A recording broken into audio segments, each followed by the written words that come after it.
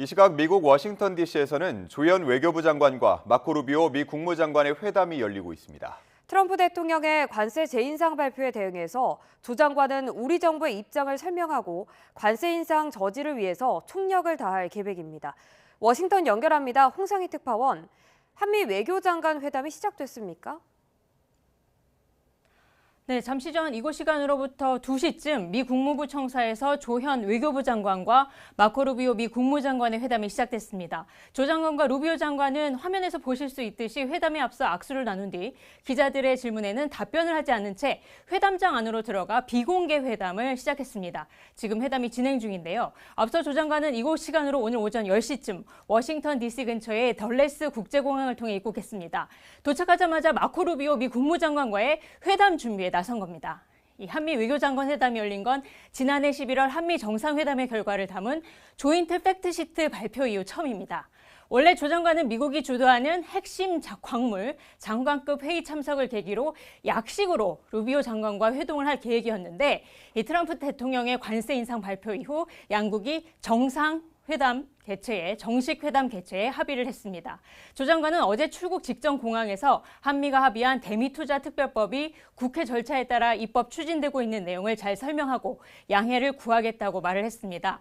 오늘 루비오 장관과의 회담에서 정부의 대미투자 의지에 변함이 없다는 점을 강조하면서 트럼프 대통령이 밝힌 관세 재인상 철회를 요청할 것으로 보입니다. 또 한미 외교장관 회담 이후에는 행정부 고위 당국자 또 의회 의원들을 만나서 관세 인상 저지에 나설 계획입니다. 앞서 지난주 김정관 산업통상부 장관이 방미해서 하워드 러트닉 상무장관과 이틀 연속 만났지만 결론을 내지 못했죠.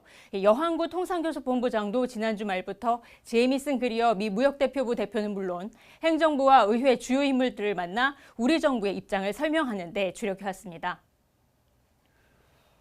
오늘 회담에서는 조인트 팩트시트의 이행 문제도 논의할 계획이라고요. 네, 그렇습니다. 오늘 회담에서 지난해 한미 정상회담 결과인 조인트 팩트시트의 빠른 이행을 위해 합의를 도출하겠다고 말을 했습니다. 한국의 우라늄 농축, 또 사용 후 해결료 재처리 권한 확대, 핵추진 잠수함 도입 등 안보 협력 후속 절차를 논의합니다. 조 장관은 트럼프 대통령의 관세 재인상 방침 발표로 우라늄 농축과 재처리 협상이 늦춰지는 게 아니냐는 우려에 현재로서는 그럴 가능성이 작다고 밝혔습니다. 이달 안에 원자력 협상을 위해 미국 대표단이 방한할 가능성에 대해서도 아직 결정되지는 않았지만 최대한 빨리 방한하도록 하겠다면서 미국 대표단 방한이 만약 어렵다면 한국의 원자력 협력 TF의 방미도 가능할 거라고 말했습니다. 조 장관은 내일은 미국이 주도하는 핵심 광물 장관급 회의에도 참석합니다. 이번 회의는 미국이 핵심 광물의 중국 의존도를 낮추고 중국을 견제하기 위해 추진을 해왔는데요.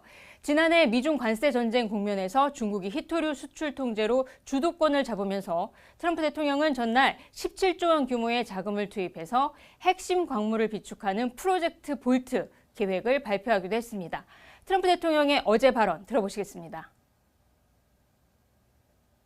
My administration has taken extraordinary steps to make sure the United States has all of the critical minerals and rare earths that we need. We're investing in mining projects. We're expediting federal permitting.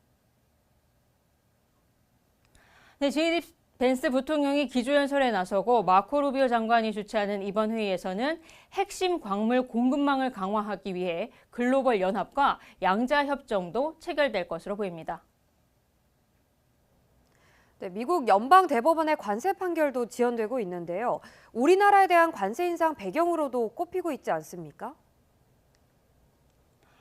네, 그렇습니다. 트럼프 행정부는 무역 협상으로 약속받은 대미 투자에 진전이 있어야 대법원 관세 판결에 유리하게 작용할 수 있다는 계산을 하고 있는 것 같습니다. 미국 연방대법원은 트럼프 대통령이 교역국에 부과한 상호관세의 적법성에 대한 최종 선고를 아직 하지 않고 있는데요.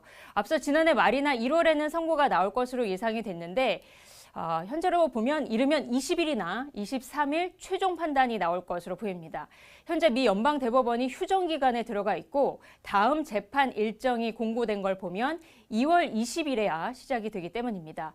제이미슨 그리어 미 무역대표부 대표는 오늘 관세의 적법성에 대한 연방대법원의 판결이 늦어지는 건 이번 판결에 큰 국익이 걸려 있어 사력 있게 접근하기 때문이라고 말했는데요. 관세 무효화 판결이 나올 경우 관세 환급과 함께 무역 합의 이행도 불확실해지기 때문에 큰 피해가 생길 거라는 주장입니다. 트럼프 대통령은 지난해 4월 국제비상경제권한법을 근거로 교역국을 상대로 상호관세와 펜타닐 관세 등을 부과했습니다. 미국 주 정부와 기업이 트럼프 행정부의 관세가 적법하지 않다면서 소송을 냈고 1심과 2심에선 미 정부가 모두 패소를 했는데 이 대법원의 최종 판결이 지연되면서 관세를 둘러싼 불확실성이 현재 장기화되고 있습니다. 지금까지 워싱턴에서 전해드렸습니다.